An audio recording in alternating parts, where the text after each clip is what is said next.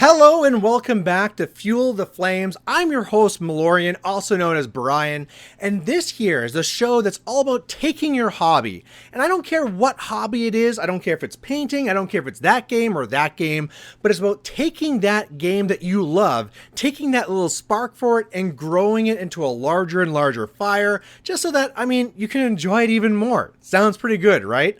So we're on to episode number 3. If you haven't watched the first two, I highly suggest you do that first. The very first one was really just talking about how understanding that what you are doing as your hobby is your passion. Because if you can't embrace that idea that it's something that you should love and should enjoy, you probably don't want to take it anywhere. And it's going to be really hard for me to convince you to do the things I'm saying after this.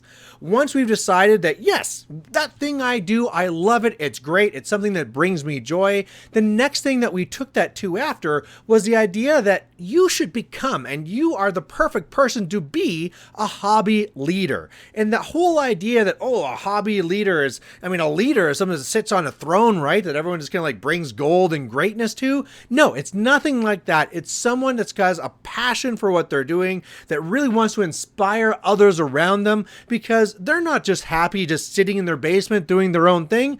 They enjoy this when there's something more to it, when there's more people around them doing, the people they can interact with, or even if it's something where, normally I do this by myself, but if during those times I want to learn, there's at least people out there that I can be doing that with. Again, the larger the community is, the better it is for everyone, including yourself. And so, of course, you want to be a hobby leader. Of course, you want to be someone that's in there bringing it up to the next level. So, that's where we got to right now, understanding that you have a passion and that you should be a hobby leader.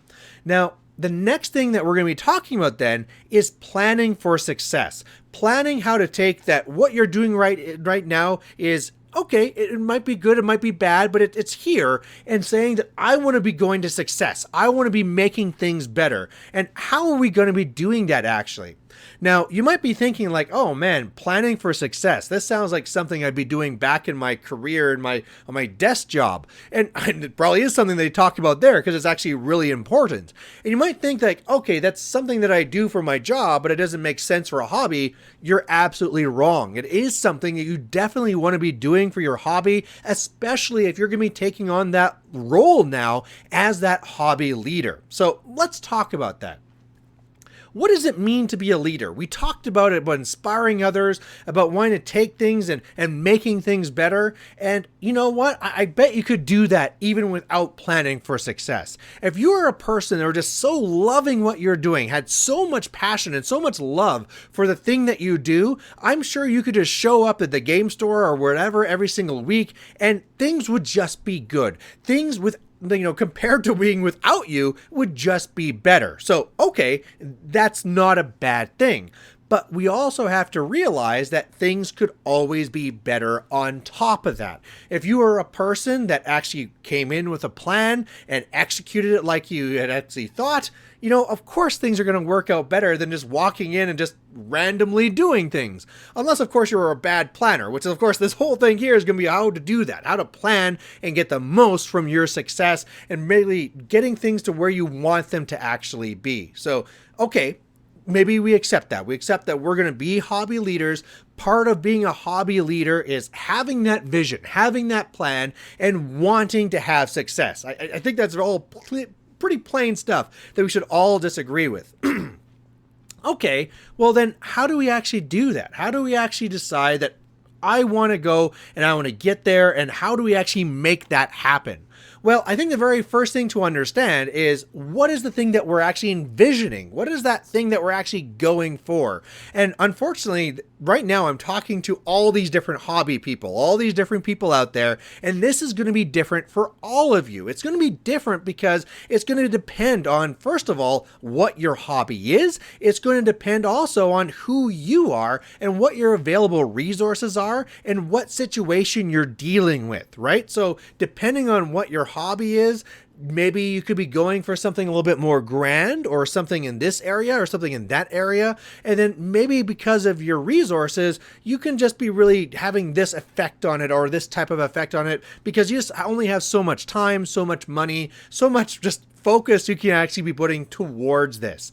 But either way, no matter what that is, there is some end goal. And I already guess I kind of hinted at that it has to be a little bit realistic towards what you are and what you can actually do about it. But that goal there can't be too extremely grand. Now, that seems silly. Malorian, you're here to inspire me. Why are you now telling me to not be thinking grand thoughts? Well, the reason why I want you to bring these things down a little bit is because let's just say I want to make a castle. And if I'm so focused on like, oh wow, it's going to have like these detailed windows and these types of drapes and these types of this and these types of that and think so grand, wow.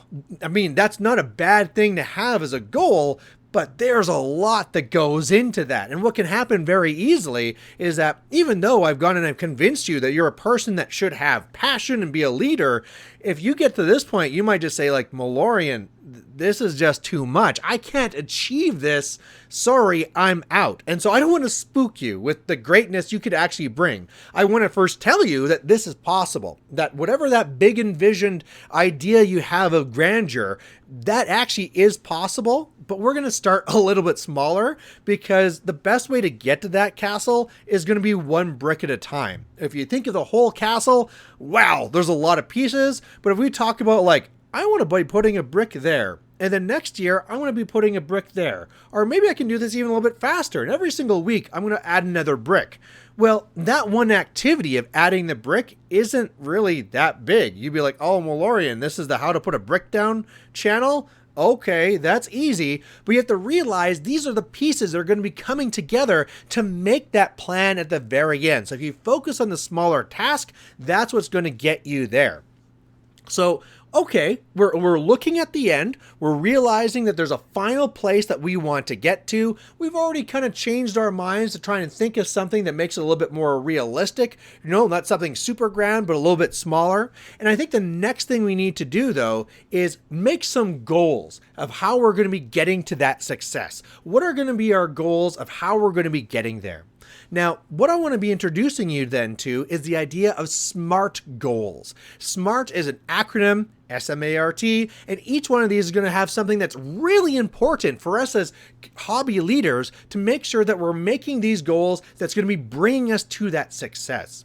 Now, the first part there, that S is going to be specific. We want to have whatever that goal is at the end to be as specific as possible. And the reason why we want to do that is because we are going to be later comparing what that is there, where we are now, and then from that, breaking down the different steps we need to take in order to get there. And if we're vague, if we're not very specific, well, that makes that next to impossible. So the more specific we can be about where we need to be, then more easier it'll be able for us to say, okay, to do this piece, I need to do that, to do this piece, I need to do that, and then breaking things down to, time schedules and stuff like that.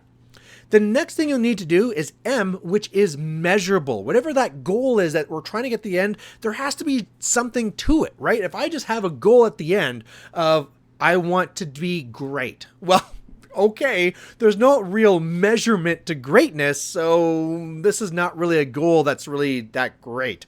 However, if my goals at the end of this is that I was going to be putting down 100 blocks to get towards this castle, well, that's measurable, right? It's very specific. I can start with my S's and say, I want to be this specific blocks, and then measurable, I want to be doing 100 of them. Well, okay, that's great. Now with these numbers, that's something we can break down and actually make a plan for to get to that success. Now, the next two, A and R, are pretty much the same.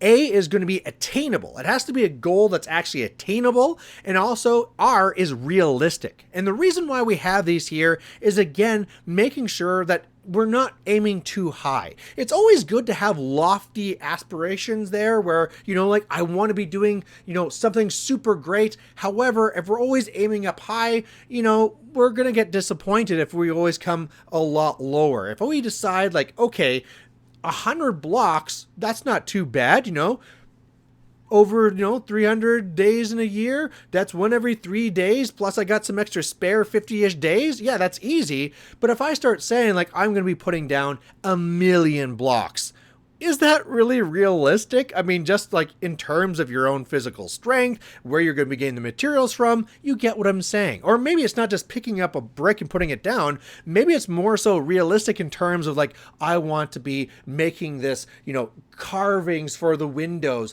and it's going to be all intricate, and there'll be horses and there'll be battles, and you have zero experience right now in wood crafting whatsoever.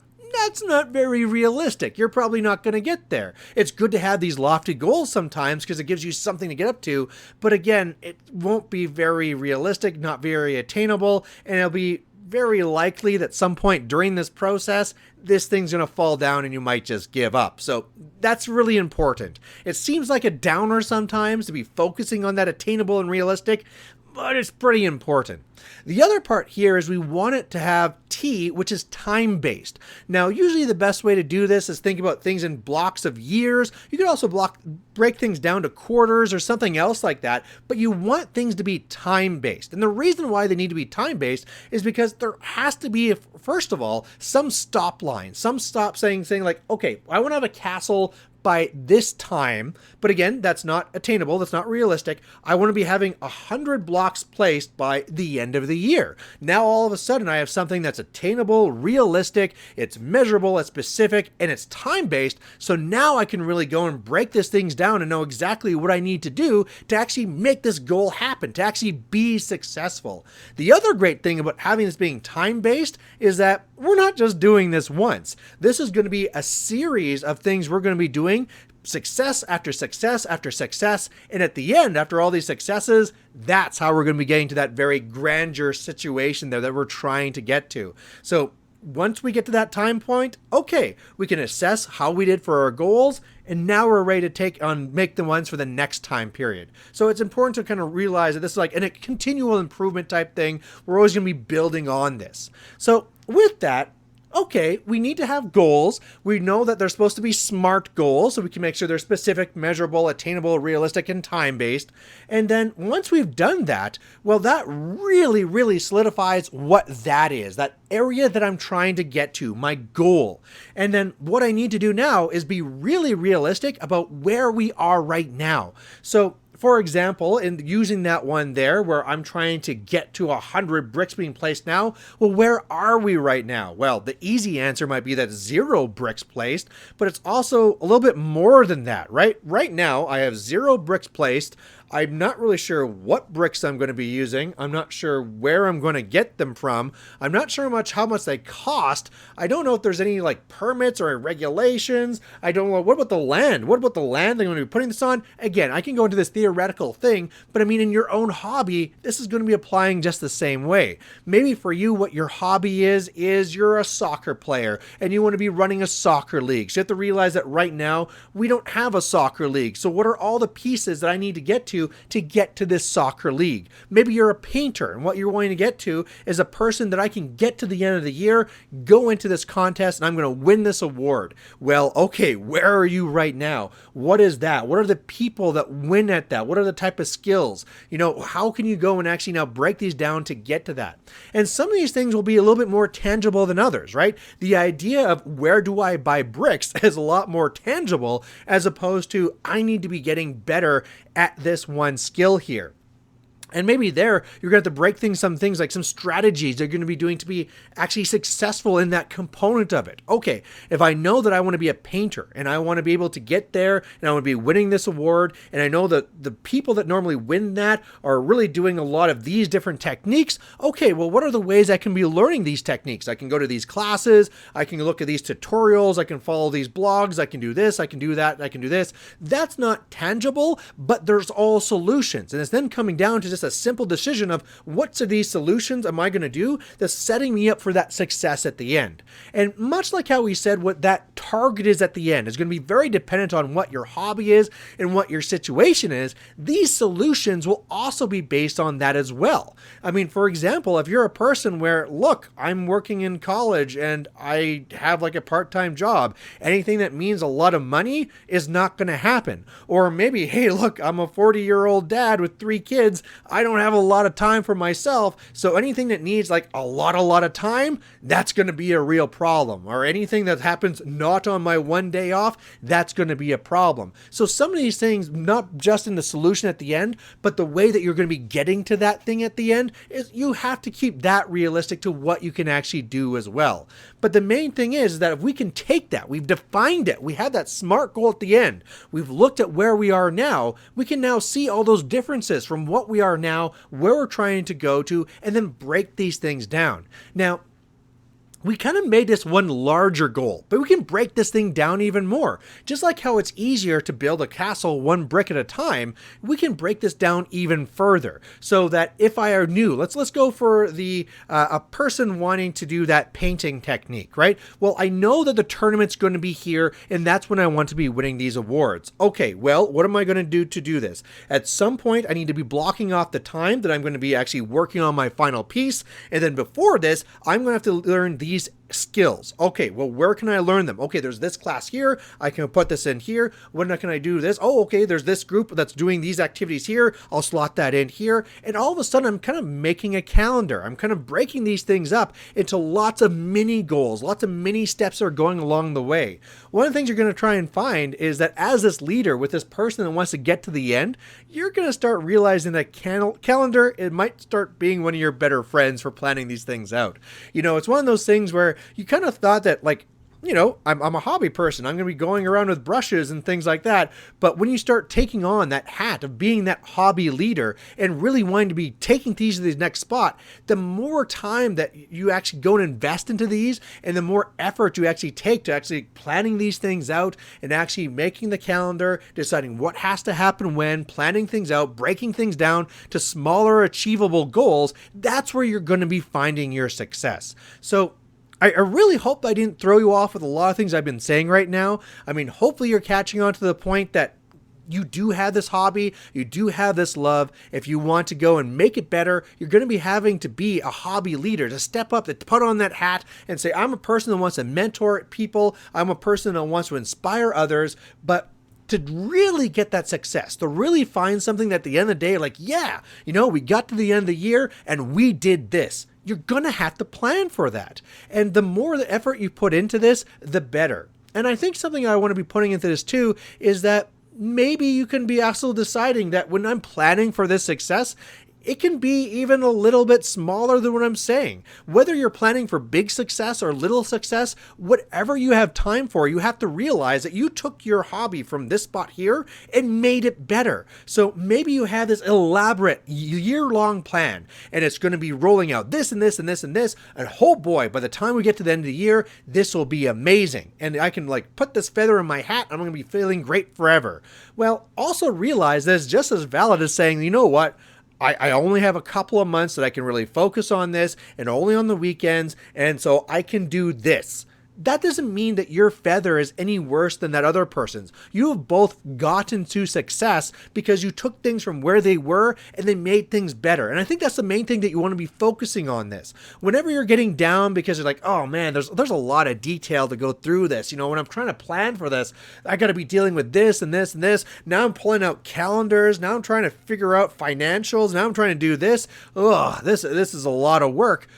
Think of what this is actually for. Think of the reason why we got here and why you're inspired to actually do this in the first place. Realize that this little pain that you're finding right now is going to be made easier as time goes on. The very first time that I tried planning for success, man, that was a real ordeal. And we'll be talking next week. We're going to be talking about how to learn from your failures. So I don't want to be spoiling that stuff too much. We'll be talking about that next week, but let's just say it's not going to be perfect. The main thing I want you to also embrace though, is that it's going to be getting better and better. So whether you're going to be starting off big, whether you're starting off small, take those successes, know that you made your hobby better. And at the end of the year, well, that's what you were trying to do, right? As that hobby leader, that was your goal, was to take your hobby and inspire others and just say like, it was here before and now we're here and that's better. and hurrah. So there you go. There's planning for success. The main thing again, have those goals, make them smart, because once you have smart, specific goals for where you're trying to get,